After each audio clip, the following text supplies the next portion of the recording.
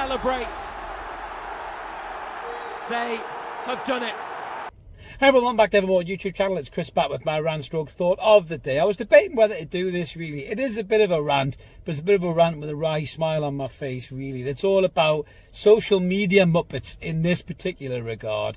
You've probably seen it. Paul from the Toon Review did a cracking take on it as well, where he was not very happy about this individual, and I'm going to get stuck into this in a second. But Rory Jennings of the club, formerly of the Kickoff with the True Geordie, funny enough, which I'll get into a bit more in a second. Now, we played Chelsea the weekend just gone there, beat Chelsea, which is Rory Jennings' team, and he took umbrage to this picture of Joelinton in the crowd wearing a retro Alan Shearer number 9 shirt. I believe Mrs. Joelinton was also wearing a retro shirt as well. And he got a bit arsey about this, did old Rory, the floppy-haired, soppy bollocks that he is. Got a little bit upset about it, you know, and he said, "Oh, that's boring," is what he said. "That's boring." You know, and he said, "Oh, look at me wearing my shirt." I think it was Adam, wasn't it, the Man United fan? "Oh, look at me wearing my shirt." And then Rory Jennings then started to have a bit of a dig at Newcastle fans, saying it's like an epidemic up there, all wearing their shirts. So, god damn those Newcastle fans. He called them 50-year-old and fat. And I'm pretty sure if you look around, actually, Rory, there might be some rather sleek, slim Newcastle fans out there, you know, as well. Probably rather attractive Newcastle fans as well. Cheryl Cole's a Geordie, for example, where they're wearing a Newcastle top. I'm sure we can find a picture of her somewhere. She's not a fat 50-year-old man. She looks all right.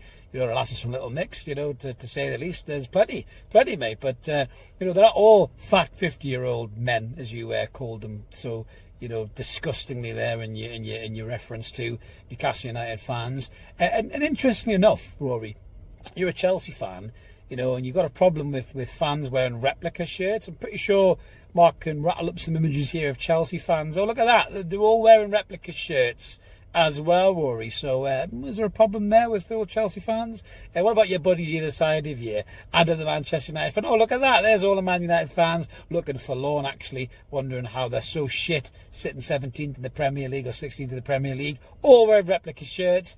And your little mate Boovie, who I've not forgot, who actually was quite calm in the clip that I saw for once, to be fair, also all wearing replica shirts. That's what supporters do, mate, up and down the country. They wear replica shirts. I mean, what do you want them to do, Rory? Do you want them to go to grounds wearing top hats and fucking monocles? I'm not sure what you want, dressed like Mr. Peanut. I'm not sure what you want to do. The Monopoly Man? Is that what you want fans to dress like? You know, and I know obviously Chelsea's quite an affluent area, mate, but, you know, I don't think your fans go to the ground in top hat and fucking tails. And speaking of tails, I never saw you having a go at Newcastle fans wearing replica shirts when you were riding the coattails of True Geordie, or Brian as he's otherwise known, who put you and your little mates on the map. And if it wasn't for him, you'd probably be trying to sell me a fucking mobile phone contract or something like that. Not that there's anything wrong with that, people, if you do sell mobile phone contracts for a living. But you three wouldn't be doing what you're doing on the platform you got, with the views you've got, being on Sky and all of the stuff that you got, if it wasn't for a big Geordie bastard putting you there. So I think you need to remember that a little bit and have a little bit more class about you. I'm pretty sure as well, I heard or read something somewhere that Rory Jennings' missus is a Geordie. I don't know if that's true or not. Answers on the postcard below. But I'm not getting upset about this. I'm not going in full rant mode about this. And the reason being is that I think it's quite funny. So what you have here is you have 3 supporters on this platform, the club. I'm not a big fan of it. They're very, you know, snobby, very elitist, very snidey to other supporters. I don't like the kind of shit that these 3 come out with, and it's a sad indictment of football fans. What really fucks me off about the situation with them lot, this isn't full ramble, by the way, this isn't about 62%, 62.3, but what fucks me off is that people call them YouTubers and they tag everybody in the same category as these 3 winners, and that's not the case. A lot of YouTubers out there produce great content, you know, and they don't slag off supporters like that in this vein, you know, just for clicks and for reactions. I know I'm giving that to them now, but they don't use their platform for you know, such a horrible negative, you know, way to refer to other fan bases. They don't do that. You know, if you look at like Alice, for example, a Manchester United fan, talks very well about loads of other clubs, really well. Even Goldbridge at times talks very well about other clubs. I know he puts a little bit of Partridge on there for flavour, but, you know, even him, he talks a bit better about other clubs as well, you know. But a lot of these YouTube channels are just there for clickbait, rage bait, and Jennings is no different. But it works for him, you know. He gets jobs in Talk Sports. He's on the Overlap, and for whatever reason, people seem to think that this kid, you know, does the business and resignates, you know. But I think he's really got that one wrong, to be fair. You know, I mean, fair play to that movie at the time. He did turn around and say, "What do you want Joelinton to do? Wear a suit?" You know. But the reason that these 3 are so pissed off It's not that Joelinton's wearing a replica shirt. It's not even that Newcastle fans wear replica shirts. They're pissed off because Newcastle isn't just coming. Newcastle are here. Newcastle could finish this season above all three of their clubs. That is a real distinct possibility. And that frightens these three because they've built up their whole platform, their whole social media platform in being content creators for the three biggest clubs. They don't want Newcastle to be above their clubs. They don't want Newcastle to be an elite club. They don't want Newcastle to be what they are, you know, and that frightens these content creators, and that's why they're saying these derogatory things about Newcastle United and their fan base and everything else. And I know, you know, we don't help ourselves sometimes on the TV, you know, where you see the big lad, the James Corden looking motherfucker with his top off all the time. And fair play, he's living his life, and big respect to him for it, you know. But cameras home in on that, and they think that's what the average Newcastle United fan looks like, and that is not the case at all. I know that, you know that, watching this, that is not what Newcastle United fans look like on average, you know. But things like this it just comes across as pathetic and sad, and it shows you that these people are worried, they're concerned about where Newcastle United are coming right now. I mean, the likes of the overlap on Sky and stuff like that, they have to get a Newcastle fan presence back in there now. They really, really do, for balance here. You know, not just to take the piss out of them and set them up for, a one-on-one with these guys, you know. And to be fair, there's a lot of good Newcastle United content creators out there. If you put them in the room with these guys one-on-one, I'd fancy them to hold their own. I really would, you know. Even if they throw mud across the room, I'm pretty sure Newcastle fans could deal with it and throw it right back in these lots' eyes, because their clubs, you know, Chelsea are all over the place. Chelsea are like a jigsaw puzzle with wrong pieces. You know, they've got 150 odd players and they don't seem to make a click. You know, they go through managers like, you know, nobody's business. Manchester United are a shambles. They're 5 to 10 years away from challenging for the Premier League title again, you know. Man City have got a big rebuilding job to do this summer. I'm confident they'll do it. I think Pep's the man to do it, and I think they'll give him money and he'll do that, you know. But these three clubs that these three support, you know, they are about to get leapfrogged by Newcastle United. And this isn't just an overnight thing.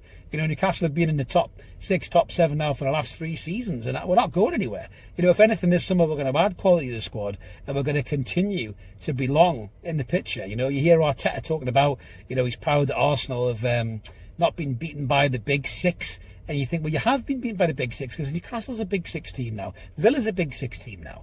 You know, Newcastle and Villa belong where they are. You know, and football changes. You know, and Manchester United are nowhere near where they used to be. Neither are Spurs.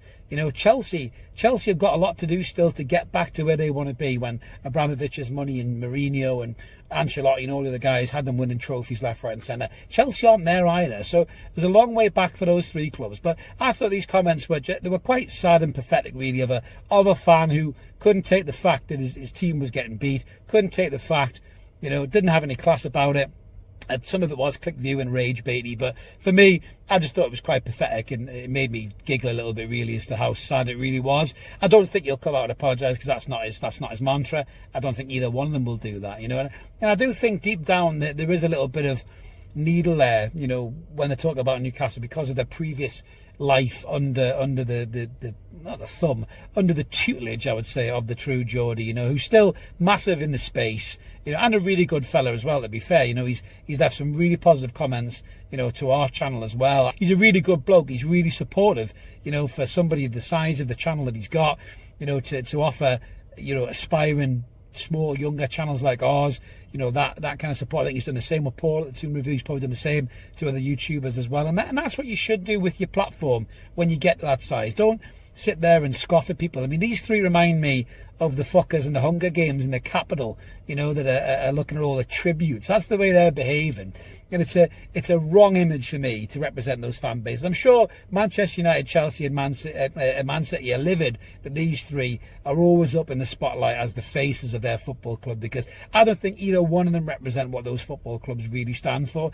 And there'd be better ambassadors for all 3 of those clubs on any platform, I think, because it's just sad and pathetic. So that was just my take on that, guys. Just wanted to come and get it off my chest. Not ranting about it, not upset about it. I think Joelinton's a fucking legend. I love how we're rattling these idiots. Long may it continue. But let me know in the comments below what you think about those sad comments, and what you thought about the likes of Jennings' comments about the fan base. How did it make you feel? Were you annoyed? Do you think it's pathetic? Did you laugh about it? You say, fuck them, get on with it. You know, let's just continue to upset the apple cart as we're doing, I can't wait for this season to finish with Newcastle hopefully in the Champions League position and a trophy in the cabinet. More silverware than Manchester City, or not Manchester City, sorry, more silverware than Chelsea, more silverware than Arsenal as well, hopefully.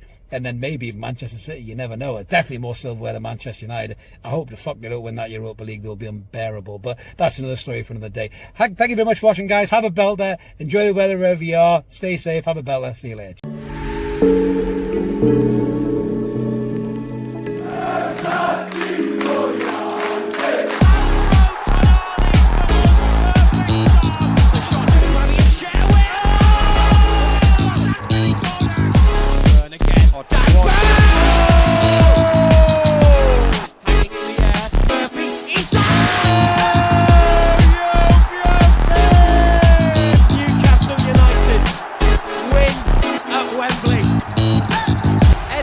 Heroes celebrate. They have done it.